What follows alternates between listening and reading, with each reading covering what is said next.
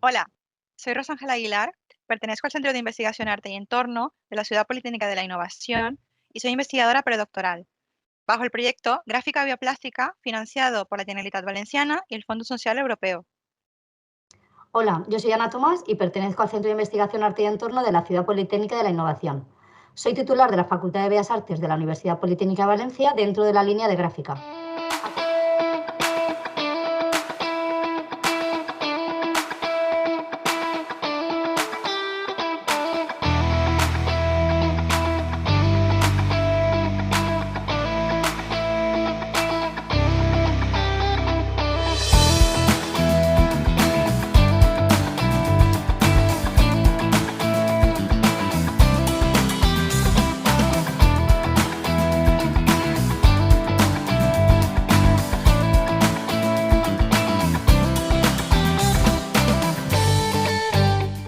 Desde su origen, la imagen era el único elemento que permitía reconocer en todos los niveles sociales y culturales un mensaje, ya que se puede codificar en todos los idiomas con el mismo sentido y lectura.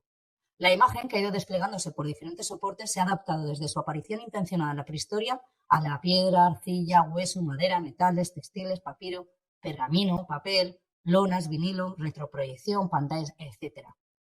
La imagen impresa siempre ha estado a merced de la tecnología, constantemente sujeta a épocas pendulares con auges y declives cíclicos según el tiempo.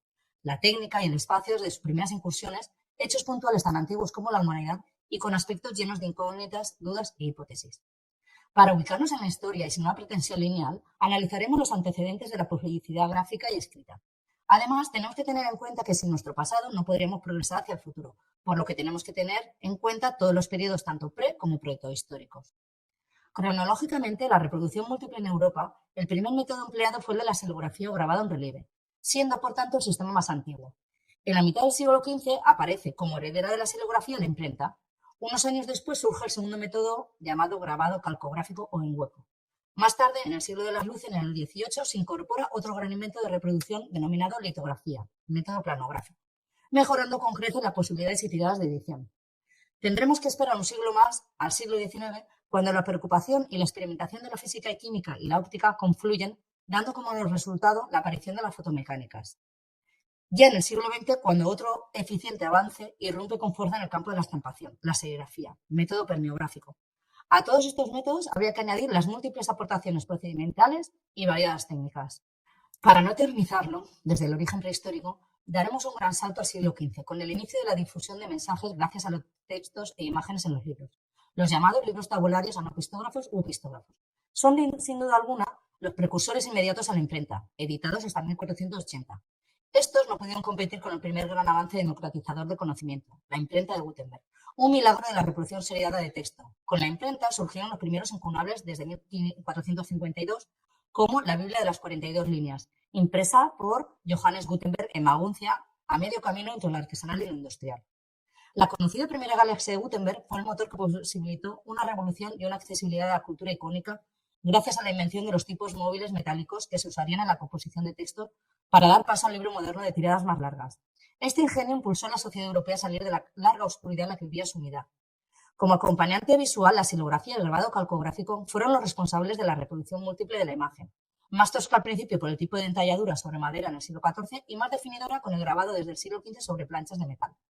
El libro fue una de las armas más poderosas de las que nos han precedido y que obtuvo conquistas sociales, culturales y científicas muy importantes.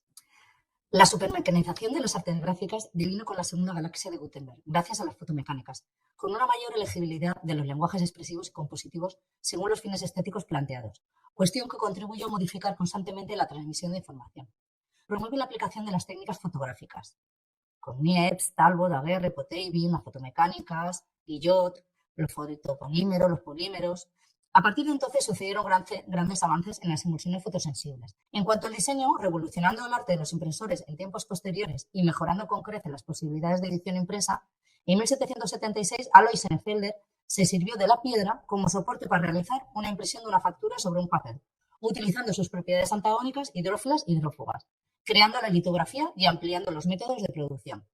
Posteriormente se irían adecuando los procedimientos, abaratándolos para la producción en masa y diversificando sus técnicas, hasta que en el siglo XX entra en auge la serigrafía, que con su pantalla de serie y rasquetas facilitaba la impresión gracias a la matriz permeográfica, que ya, más que ser un proceso de registro gráfico, permitía recursos de ejecución experimentales y flexibles que facilitaban la expresión artística por medio de las facultades de la técnica. Hacia el primer cuarto del siglo XX comenzarían las primeras transmisiones comerciales regulares y para entretenimiento con las que se aceleraría exponencialmente esa divulgación en masa con la aparición de la televisión, la radio, yendo de la imagen analógica a la imagen virtual. El avance de la tecnología nos hace incluir la publicidad en los medios electrónicos, pero también todavía lo tenemos en versiones físicas, como en revistas, periódicos, publicaciones, libros. La forma, según Nicolas Bourdieu en su Estética Relacional, es una unidad coherente. ¿Eso qué significa? Que es una imagen conformada por una cantidad de formas que a su vez representan distintos planos de la realidad y que esos planos de la realidad son fundamentados en un encuentro duradero, es decir, un encuentro duradero entre formas y entre el interlocutor que lo observa. Según el autor y según la teoría del autor, la imagen representa e indica modelos de existencia y modelos de acción. ¿Eso qué quiere decir? Que la imagen no es un ente pasivo, pero tampoco es un ente activo, sino que es un ente que habita dentro de la vida cotidiana, habita dentro de la vida de los interlocutores, pues se presta para interpretaciones múltiples y esas interpretaciones son producto de la interpretación de los interlocutores con esas imágenes. Peace Stern propone la norma personal moral ambiental, la cual es la teoría en la que indica que la cosmovisión de los interlocutores y su capacidad de percepción o de percibir consecuencias adversas para los objetos preciados, como el medio ambiente, objetos propios, y la habilidad, es decir, la capacidad que tiene de resolver los problemas, así como la conjunción de tres valores clave como los egoístas, cumplimiento con el yo, valores altruistas, actuar en beneficio del otro, o los valores biosféricos, proteger al medio ambiente, forman un conjunto, en este sentido, de doble triangulación, en el que se ejercen cambios, y de los cambios que es para comportamientos ambientales significativos. ¿Qué es un comportamiento ambiental significativo? Cualquier comportamiento que afecte o beneficie positivamente o negativamente al medio ambiente. No somos simples espectadores, somos participativos, participamos de las imágenes, no solamente creándolas, sino comentando sobre ellas y percibiendo sobre ellas. En ese sentido, es necesario que para que tengamos un contexto de lo que estamos exponiendo en nuestra teoría, es que elaboremos una línea temporal. Nuestra línea temporal de la imagen publicitaria y su desarrollo empieza desde 1950 con la creación de la baquelita, que es el primer plástico sintético reconocido hasta la fecha presente.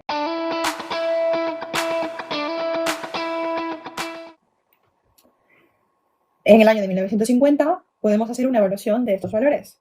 Encontramos que los valores y la cosmovisión tanto de los productores de gráfica como de los interlocutores priman los valores egoístas, es decir, del refinamiento del yo. En este caso podemos observar una publicidad de la marca Tupperware en las que se hace un llamamiento no solamente a la adquisición de productos, sino también al enraizamiento y realzamiento del yo. En la década de 1960 encontramos que la cosmovisión y los valores siguen siendo fundamentalmente egoístas, sigue habiendo un boom comercial que se apodera de los hogares. En ese sentido, priman, como podemos ver aquí en este ejemplo, la empresa Habitat, que llega a Estados Unidos y se distribuye también en Reino Unido, que prima la democratización del plástico no solamente para objetos dentro de casa, sino también para muebles y para realzar el estilo de vida. Ya el plástico es parte del estilo de vida estetizado, es parte de la cultura material que se encuentra en formación. En el año de 1970 se crea un quiebre con la experimentación artístico-gráfico. Se empieza a mezclar todo lo que es la publicidad con la ilustración y el diseño gráfico. Hay fuertes influencias del surrealismo y demás vanguardias históricas. Aquí ya viene habiendo una alternancia de cosmovisión entre los valores egoístas y los valores altruistas. Se encuentra que no solamente la gráfica es un apelativo al llamamiento, a la convicción personal, sino también una forma de colaboración, de realzar el estilo de vida a través de la estética. Se empieza a llamar a ilustradores, a diseñadores gráficos muy reconocidos para marcas como por ejemplo la máquina de escribir portátil Olivetti, también creada por Clásico. Milton Glaser se encarga de elaborar una serie de carteles que continúa esa tendencia doble de los valores egoístas y altruistas. Ya no es el tener objetos por tenerlos, es enraizar valores positivos como el compartir, la belleza, a esos objetos comercializados.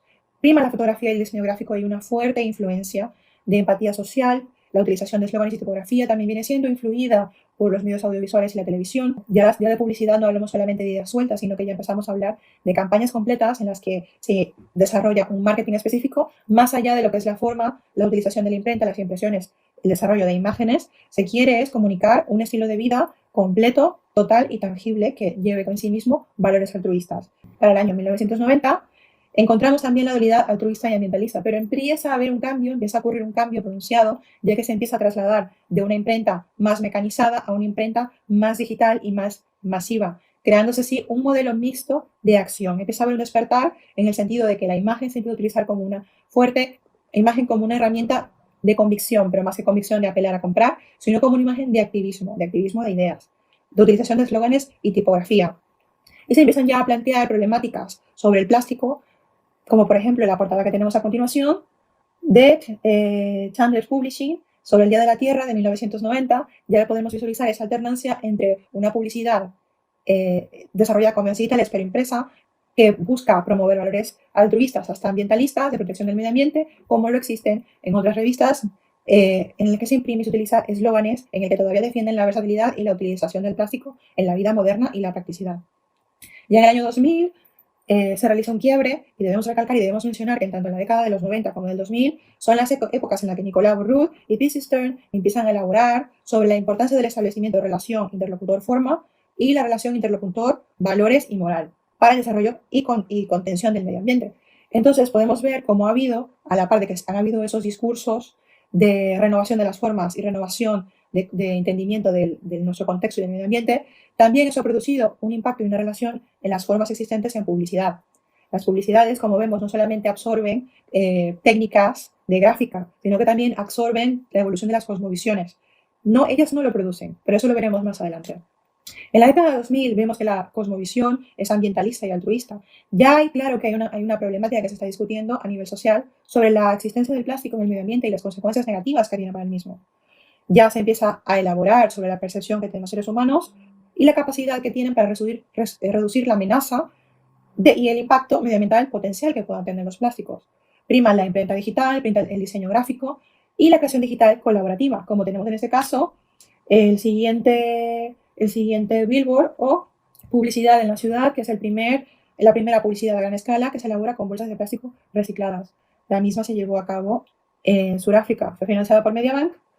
Y entonces vemos como ya las empresas entienden y han entendido que la publicidad no solamente debe ser algo estético, sino que hay valores que son corriente.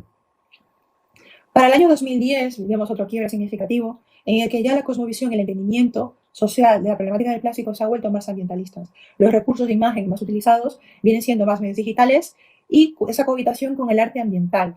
Ya los medios de difusión y de campañas de publicidad se empiezan a centrar más en una publicidad activista, de creación colaborativa e institucional. Por ende, es ambientalista y centrado en cómo reducir amenazas y consecuencias, por lo menos a nivel de mensaje. De 2020 al presente, ya la publicidad en torno al plástico vemos que se ha llenado de una cosmovisión de valores ambientalistas, toma una mayor partida a la creación institucional y colaborativa.